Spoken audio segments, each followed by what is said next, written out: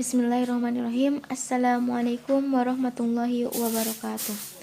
Puji dan syukur marilah kita panjatkan kehadirat Ilahi Robbi, yang mana atas berkatnya lah kita dapat melaksanakan kuliah online pada hari ini. Salawat serta salam semoga tercurah limpahkan kepada junjungan alam, yakni Habibana wa Nabiyana Muhammad Sallallahu Alaihi Wasallam.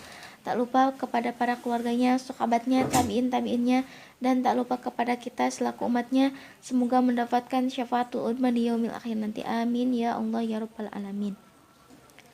Yang terhormat dosen pengampu mata kuliah perencanaan pembelajaran sekolah dasar Bapak Nana Sutarna MPD dan teman-teman kelas 2 EPGSD yang saya banggakan. Pada pertemuan kali ini, kelompok kami akan membahas materi mengenai pengembangan bahan ajar di sekolah dasar.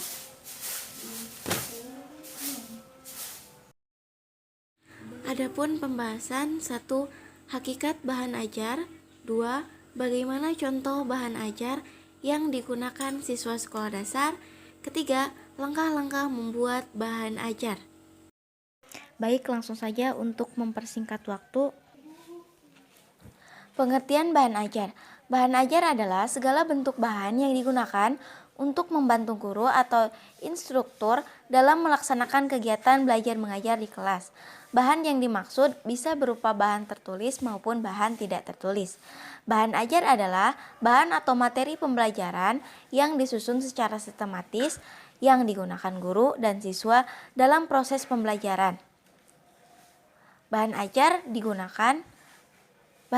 adalah perangkat sarana atau alat pembelajaran yang berisikan materi pembelajaran.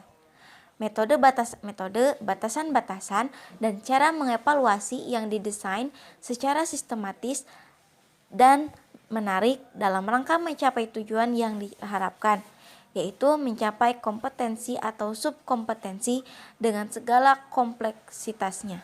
Menurut Widodo dan Jesmadi dalam Lestari 2013.1.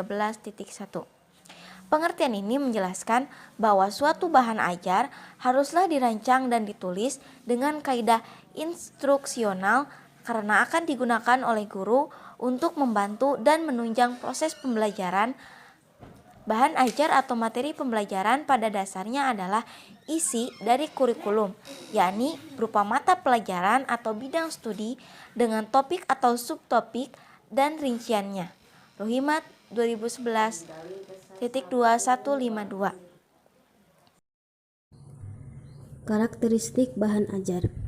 Departemen Pendidikan Nasional tahun 2003, bahan ajar memiliki beberapa karakteristik. Yang pertama, shape instruksional, yaitu bahan ajar dapat membuat siswa mampu membelajarkan diri sendiri dengan bahan ajar yang dikembangkan. 2. Shape contained, yaitu seluruh materi pembelajaran dari satu unit kompetensi atau subkompetensi yang dipelajari terdapat di dalam satu bahan ajar secara utuh. 3. Stand alone atau berdiri sendiri, yaitu bahan ajar yang dikembangkan tidak tergantung pada bahan ajar lain atau tidak harus digunakan bersama-sama dengan bahan ajar yang lain. Keempat, adaptif, yaitu bahan ajar hendaklah memiliki daya adaptif yang tinggi terhadap perkembangan ilmu teknologi. Kelima, user friendly, yaitu setiap instruksi dan paparan informasi yang tampil bersifat membantu dan bersahabat dengan pemakainya. Kriteria bahan ajar yang baik. Dalam pengembangan bahan ajar, maka bahan ajar harus memiliki beberapa kriteria sebagai berikut. 1. Bahan ajar harus relevan dengan tujuan pembelajaran. 2. Bahan ajar harus sesuai dengan taraf perkembangan anak. 3. Bahan yang baik ialah bahan yang berguna bagi siswa, baik sebagai perkembangan pengetahuan dan keperluan bagi tugas kelak di lapangan. 4. Bahan itu harus menarik dan merangsang aktivitas siswa.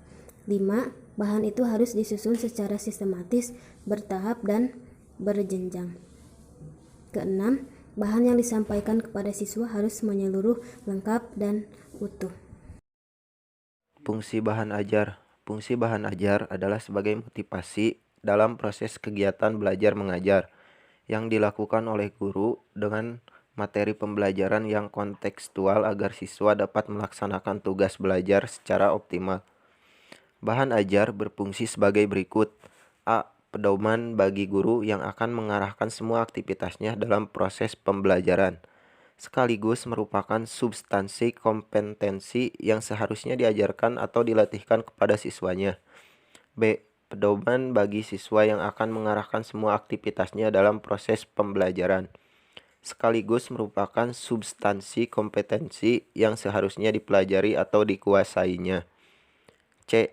Alat evaluasi pencapaian atau penguasaan hasil pembelajaran. D. Membantu guru dalam kegiatan belajar mengajar. E. Membantu siswa dalam proses belajar. F. Sebagai perlengkapan pembelajaran untuk mencapai tujuan pelajaran. G. Untuk menciptakan lingkungan atau suasana belajar yang kondusif. 5. Tujuan bahan ajar. Bahan ajar disusun dengan tujuan antara lain sebagai berikut. A. Menyediakan bahan ajar yang sesuai dengan tuntunan kurikulum dengan mempertimbangkan kebutuhan peserta didik, yakni bahan ajar yang sesuai dengan karakteristik dan setting atau lingkungan sosial peserta didik. B. Membantu peserta didik dalam memperoleh alternatif bahan ajar di samping buku teks yang terkadang sulit diperoleh. C. Memudahkan guru dalam melaksanakan pembelajaran. B. Contoh bahan ajar yang dapat digunakan siswa SD. Yang pertama, buku. Bahan ajar dalam bentuk buku, dikemas dalam bentuk buku. Buku ini dibuat dari kajian, hasil penelitian, aktualisasi, pengalaman atau bisa juga kajian literatur. Yang kedua, handout. Pembuatan handout dibuat dengan cara kajian literatur atau mengutip dari data yang memiliki relevansi atau korelasi dengan apa yang hendak diceramahkan. Mungkin saat ini di universitas banyak pelajaran yang sudah tidak menggunakan handout, karena banyak yang menggunakan secara digital. Yang ketiga, modul. Istilah modul juga akrab didengar oleh mahasiswa. Modul dapat diartikan sebagai buku yang ditunjukkan untuk peserta didik. Karena modul ini sebagai buku pendamping dan pendukung, maka rata isi modul sebagai petunjuk belajar, kompetensi yang akan dicapai. Selain itu, modul juga berisi materi yang lebih spesifik, serta ada latihan-latihan soal. Bahkan, banyak juga modul yang juga menunjukkan petunjuk kerja dan evaluasi. Yang keempat, khusus lembar kerja siswa, diperuntukkan untuk lembar latihan atau lembar tugas siswa. Karena peranannya sebagai lembar kerja, maka isinya pun berisi petunjuk dan langkah agar tugas tersebut dikerjakan oleh siswa atau mahasiswa. Lembar kerja siswa umumnya ada di semua lini cabang ilmu, karena lembar kerja siswa menjadi bahan evaluasi dan penilaian. Untuk dosen atau guru, lembar kerja juga sangat membantu dalam melaksanakan pembelajaran secara mandiri. C. Langkah-langkah membuat bahan ajar. 1. Mengidentifikasi faktor yang ada pada kompetensi dasar dan standar kompetensi. Jadi, ketika pendidik memutuskan bahan ajar, ada baiknya untuk mengidentifikasi dan menganalisis faktor pada kompetensi yang harus diraih. Di antaranya adalah menganalisis dan mempertimbangkan faktor kognitif, psikomotorik, dan afektif.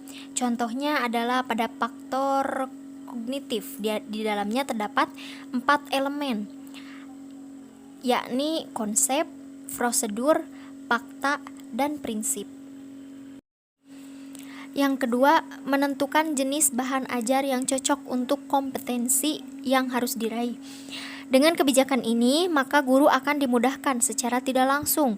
Rencana tersebut diantaranya adalah menganalisis dan mengidentifikasi ranah konsep, afektif, prinsip, prosedur, atau panduan dari materi yang lebih dari satu. Kemudian yang terakhir, menentukan referensi bahan ajar.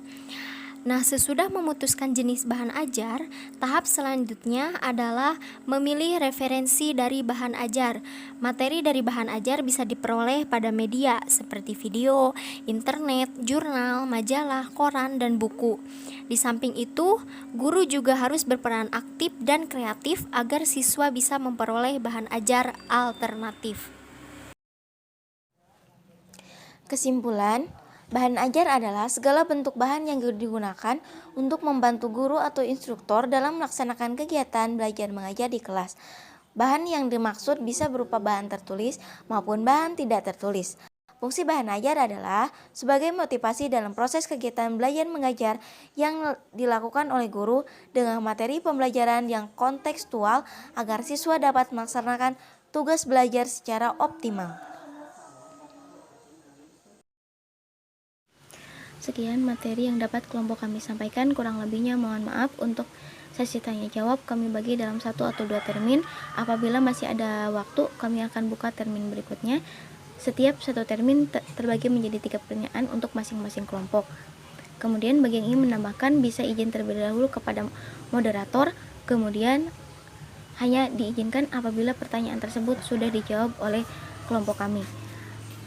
Nasrul minallah wa fadlun qarib wa basyiril mu'minin. Wassalamualaikum warahmatullahi wabarakatuh.